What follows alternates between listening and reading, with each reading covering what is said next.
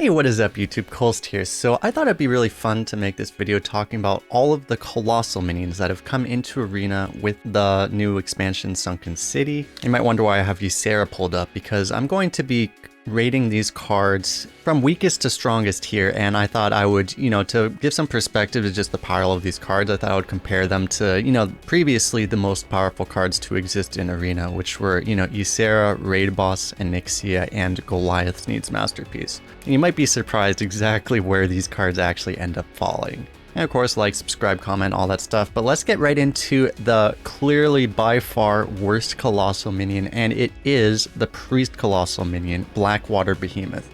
This one, frankly, compared to all the other ones, just doesn't feel like a colossal even. I mean, you get some lifesteal, right? But you're basically just getting a pile of stats. This thing just makes it attack, so it kind of gives it rush, but you can't actually target it. It could be awkward, You might hit a divine shield and you don't even get the healing period. It might just get removed and you don't get healing. Like, it's still like a good card, probably, don't get me wrong, but I mean, it's nowhere near the level of any of the other ones. So with that, let's move on to the next colossal, which is much better, but still a bit weaker than all the other colossals, and that is Xhilag. This is the druid one. So this is a 7 mana 6/5 with immune while you control the shell. You would think maybe that this isn't that much better than the priest one, but the critical thing is that if your opponent isn't able to kill off the shell immediately, then this thing has immune while attacking, right? So then, and it's also immune to AoE and stuff, and that has mattered. I was actually able to play with this card, and sometimes that can force awkwardness. They might have to use removal on the shell, for example, right? I was able to force that out a little bit, so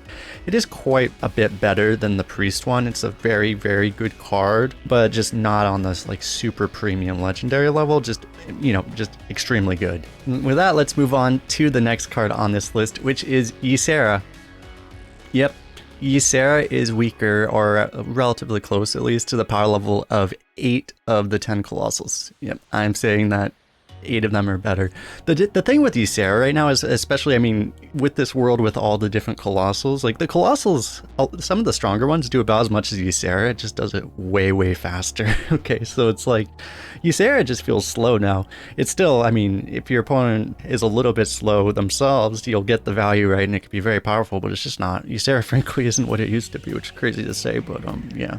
But let's move on to another colossal minion here, which is Xhilag of the Abyss. I think this is about the same level as Ysera. This is the only one I'm putting at the same level about as Ysera. This is the Demon Hunter one. So the way this one works, it's a 3/6 body. You get 4 of these stocks, and the first turn, they don't have that much stats themselves, but I mean, they all add up, right? You get 4 of them, and they deal 1 damage immediately, but the critical thing is if Xhilag doesn't die, if you're able to protect that 6 health minion, then these scale completely out of control and then you win. So I have played against this card and I think I beat it because I was able to deal with it, but it's one of those things where if you're a little bit ahead and you drop this, your opponent's just, and they don't have like a board clear for it, they're screwed, right? But compared to like Ysera, it's usually gonna be lower impact, but it's just, it's much faster, right? It comes out a couple turns earlier, so that's why it's about the same power level as Ysera from what I can tell. Because a lot of times with Ysera, you just die before you can play it, right? Now let's move on to the next card on this list here, which is Raid Boss Onyxia. Yep, I'm putting Raid Boss right here, not any higher. It's right here.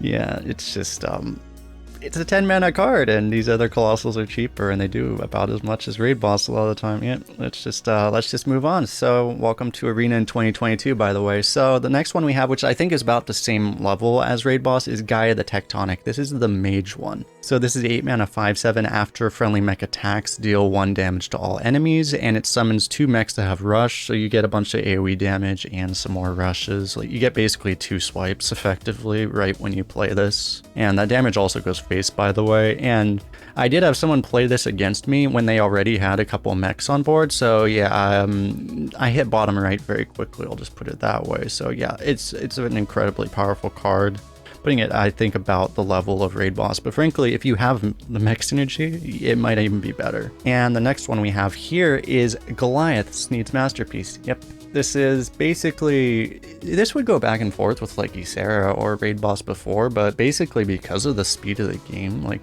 this one's gone up just because it's the fastest out of, you know, it's just faster than Ysera and Raid Boss, right? You're more likely to get to play Goliath before you die, so that's really made it gain a lot of value. And also you can discover this off a mix, so that's pretty important. And because I've been able to discover it a couple times myself, and yeah, it's just, you know, it's still very good, and outside the Colossals, I think the best card in the game right now. But if you count that, I've only mentioned 4 Colossals, so I'm saying that there are 6 Colossals in the game better than this card, which was the best card in Arena, basically, before this moment right now. So let's talk about the rest of them. The first one we have here, the one that's probably about the same as Goliath, is Glugg the Gulper. This one's a 7-mana 3/5. After a friendly main dies, gains its original stats. So basically, it summons 3 taunts. If your opponent can't deal with this main body or AoE these, I mean, even if they do AoE it, they're going to have a giant body.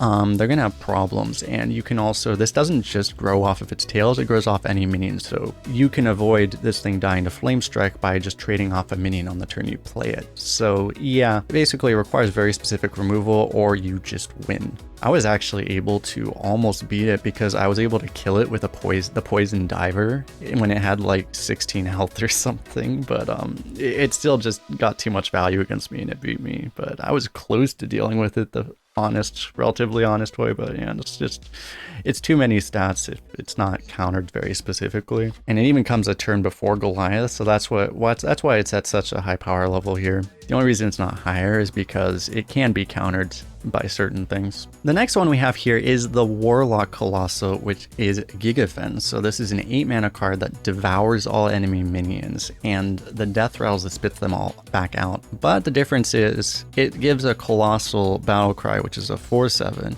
And if this dies before Gigafin, they don't get their minions back. So it's kind of like Glugg in the sense that, again, it requires very specific answers or else you kind of just win. I mean, you're getting like a 7/4 plus a 4/7. That's like, I don't know, 10 mana worth of stats. And you're also getting a one-sided Twisting Nether. I mean, even if it gets dealt with, the point is that you still effectively froze their board. You might have silenced their board too. And you're just getting an unfair level of stats, possibly forced removal out they didn't want to use or silence, whatever. So yeah, it's just, it's always going to be incredibly good and sometimes just wins you the game on the spot, thus putting it at this really high power level. Next one we'll talk about here is the Warrior one, Nellie the Great Thresher. Warrior doing incredibly poorly in Arena right now, but in spite of that, this card actually has a 70% played win rate when I checked. What this does, it gives you a 5/5 body, and you get this ship with a bunch of pirates that you can discover, which cost 1. And you know, you can hit Mr. Smite or something, like you could just get an absurd amount of stats. It's crazy, right? Pretty much, if it's not silenced or otherwise dealt with in some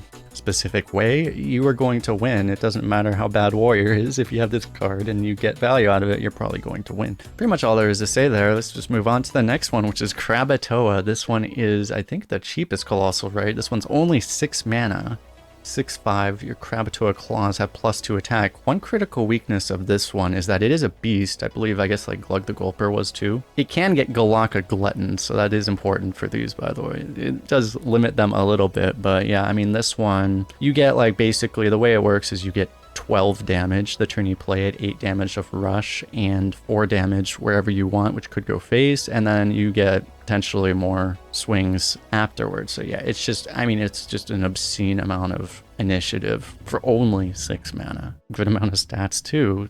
It's just incredibly strong. Just does way too much, and it gets some value just by only being 6 mana, by far the fastest Colossal. Speaking of fast Colossals, we have the second to last one here, which is Hydrolodon. This one, the only reason this one isn't the best, I think, is because it will get answered by like a Flame Strike or something, but the way this works is 7 mana 5/5, give your Hydrolodon heads rush, you get 2 of them, and these summon 2 when they die. So basically you get 6 damage of initiative the turn you play it, and then you get 12 damage on board. It's just one of those things where absolutely, and if they can't kill this, then you get an infinite number of them, right? Like it's just absolutely, compared to the others, you can hypothetically beat them without a specific answer, you know, like Glugg the Gulper, for example. But like this, you literally, if you do not answer it, the game is over. Just straight up.